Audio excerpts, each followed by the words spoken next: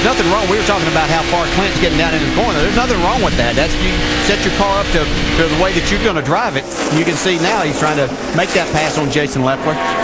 Just you get down there, man, it's really hard to carry that momentum out of the corner to go with that run the guys up top can get. We watched the 2-car. You talk about momentum here and the difference between what these guys normally drive in their Cup car, McMurray in the 17, and what happened. Contact. Definite contact there. And these guys are talking about how much momentum you got to have. Old Defender been in on the right front there on the 17. That's been pretty good there. It's actually torn away, isn't it? It looked like it actually, pulled the sheet metal away. We're going to see here when they get together that the 38 had just a little bit more momentum, and it actually rips that seam of the fender above the tire. Yeah, that's where the nose and that front piece is pieced together. Jamie got a little bit loose there. See Carl Edwards back on the bumper of Kevin Harvick. Also there, you see Kyle Busch sneaking in the picture with that 18. You know how fast he could be here. Yeah, definitely. He doesn't sneak up on too many things these days, does he? They're watching him closely.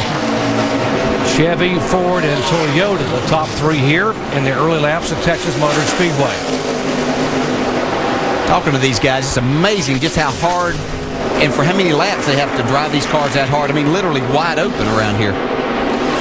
Kevin Harvick has led all 12 laps thus far, but Carl Edwards is in hot pursuit.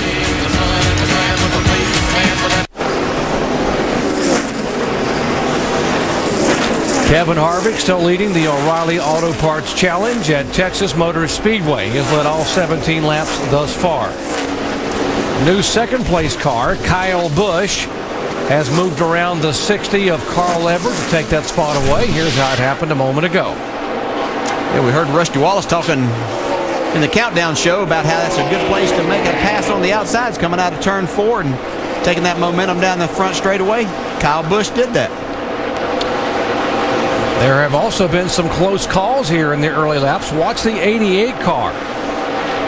It's a little bit of nudge from Denny Hamlin and threads the needle back up in line. Yeah, I don't think he had any choice but to go up in there, but that's good. There was a nice job. Yeah, good thing it was. Here's Brad Keselowski, who is 3rd in the point standings.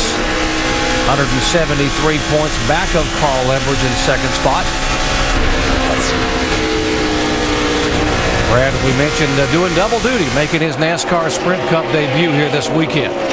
5-car and Mark Martin, a 3-time winner here, has had his hands full the last couple laps on the racetrack. He can drive a loose race car, but he's got one right here, I think. Let's see how this thing's wiggling. So that's Joey Logano right in front of him. That's loose. Oh, yeah. That's loose. Woo. It really flattens out of these corners. The transition from coming out of turn 2 and 4, and all of a sudden you're just on flat straightaway.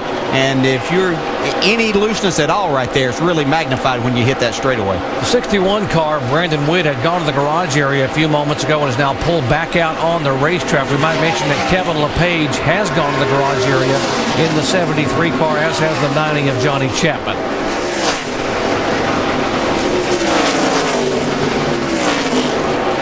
Fender on the 17, I guess this air at the 180 plus miles an hour isn't doing a lot of good. Still starting to peel some of that sheet metal away. I'm amazed actually he's able to run as fast as he is and not have a tire rub or anything else, but seems to be hanging in there.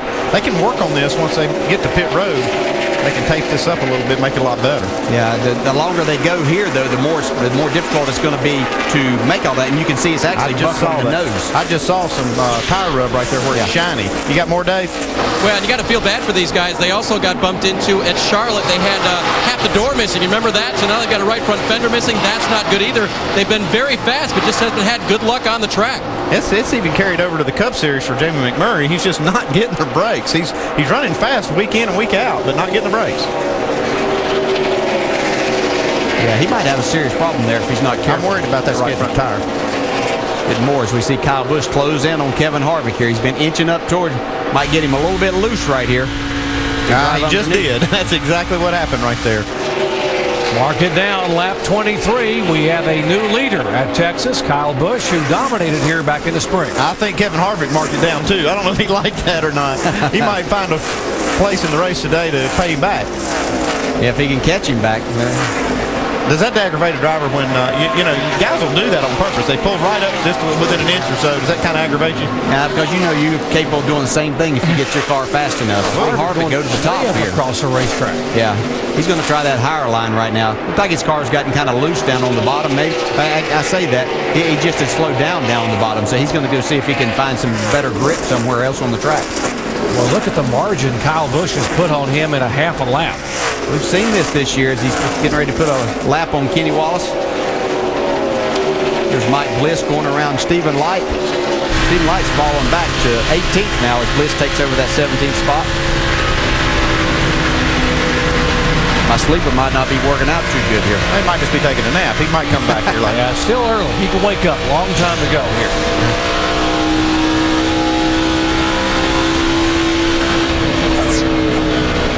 Here's the 10 car. We heard at the top of the show, this will be the final race in the NASCAR Nationwide Series here this year for Brian Vickers. Dave.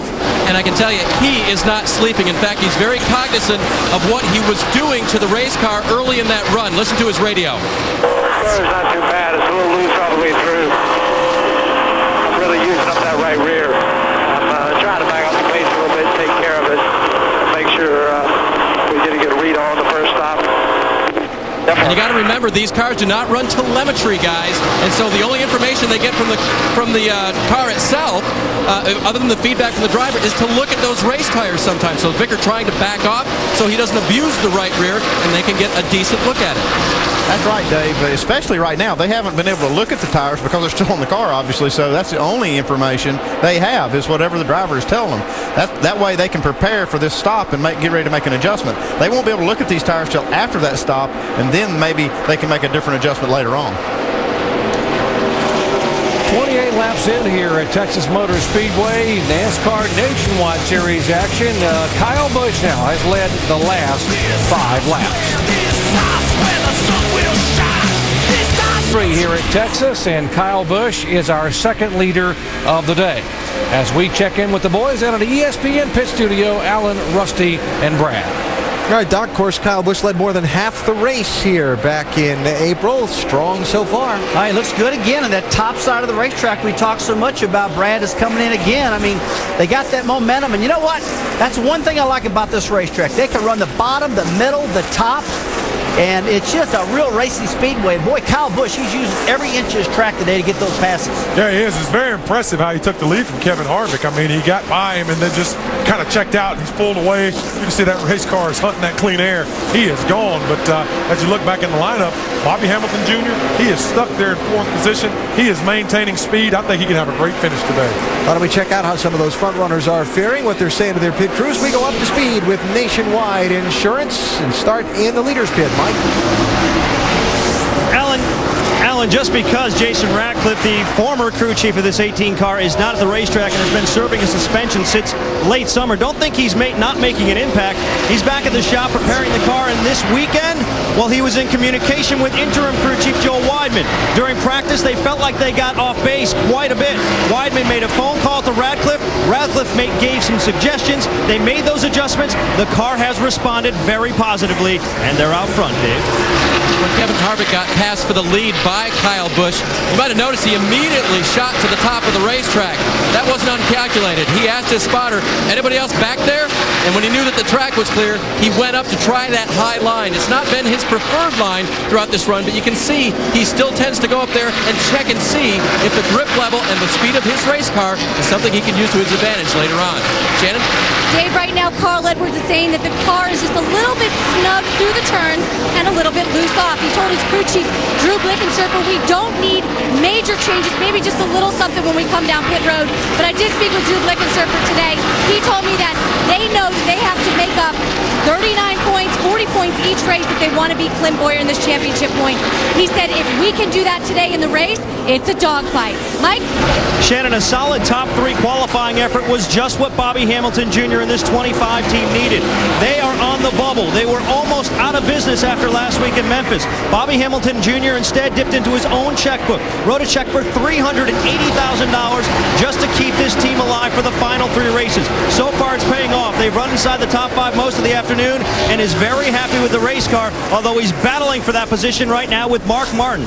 Martin to the inside, he may take the spot. You know, I spoke with his crew chief earlier this week. He said the biggest benefit of having Mark Martin is his ability to diagnose what's going on with the race car. In fact, they were real loose in practice yesterday, and they got together. Mark Martin actually making the setup changes, giving Cam Schrader the advice on what to do. They made those adjustments, changing the crossway, changing the track bar, and the car is much, much better, just a little bit tight.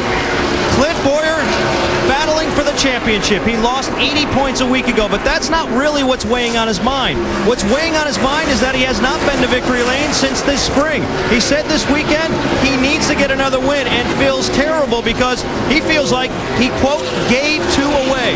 Referencing Bristol and Richmond earlier this year, he feels like he needs to make it up to the team and get back to victory lane, Shannon. Joey Logano just dropped out of the top 5. I spoke with Logano before the race started today. He said it's been a very tough weekend, especially on the Cup side. Qualified 43rd for that race. He said for some reason we just can't get the Cup stuff. That's why it's so nice to come over here to the Nationwide side and run so well. But he did just drop out of the top 5. The car's just a little bit loose for Logano right now. Now David Stremme, currently running right behind him, is looking just to survive this race. He says with the hot conditions, the track is so slick. We just need to get a good finish here today and survive the Texas race. Now right behind him is David Ragan. This is a young man who has come on strong at the end of the season. Right now, David Ragan is saying that the car is a little bit loose. Expect an air pressure adjustment on the next pit stop.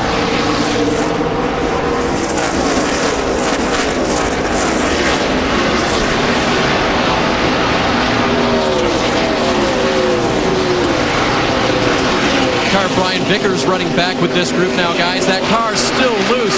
I asked Trent Owens about his great stats this year. He said, ever since Brian has been involved with this race car middle of last year, it's been a good fit. He trusts us. He trusts the race cars. Plus, we put him at some of his best tracks, which are these intermediate-style high-bank tracks. Vickers waiting for that first pit stop to help a loose race car. Jamie? And Scott Wimmer behind him working his way up. He says he's real loose in the center, and they're telling him, his spotter's telling him, to run high. That may work better. Now, I talked to Scott Wimmer before he got in the car, and he said, I'm really looking for a ride next year and definitely wants to be in Cup. And he said, but with what's happening in the economy, he said, I was working with a sponsor last week. We were talking, things were looking good for next year, and then boom, the stock market went down, and they said, nope, we're going to wait a little while. So Scott Wimmer's last races with this team, looking for a ride in 2009. Behind him, Brad Keselowski says he's a 6 loose on a scale of 1 to 10. He said he's just hanging on. It's been a long run for him so far, but I talked to Pop Senior, crew chief that we heard from as the in-race reporter earlier, and he said right now, because they know the championship is out of reach for them, they are in test mode, so they're trying things to build for this team for 2009. Shannon? Denny Hamlin qualified 22nd for this race in this 32 car. Hamlin told me before he climbed in the car that he did not know what to expect from this racetrack. He said with the slick conditions, it was going to be crazy the first couple laps, and of course, he's already had some contact on the track twice today. Denny Hamlin just trying to hold on to that 32 right now. Alan? All right, Shannon, thanks. So there are your top 13 as we check in our Nationwide Up to Speed. Kevin Harvick led the first 22 laps. Now Kyle Busch has been out in front since the NASCAR Nationwide Series at Texas.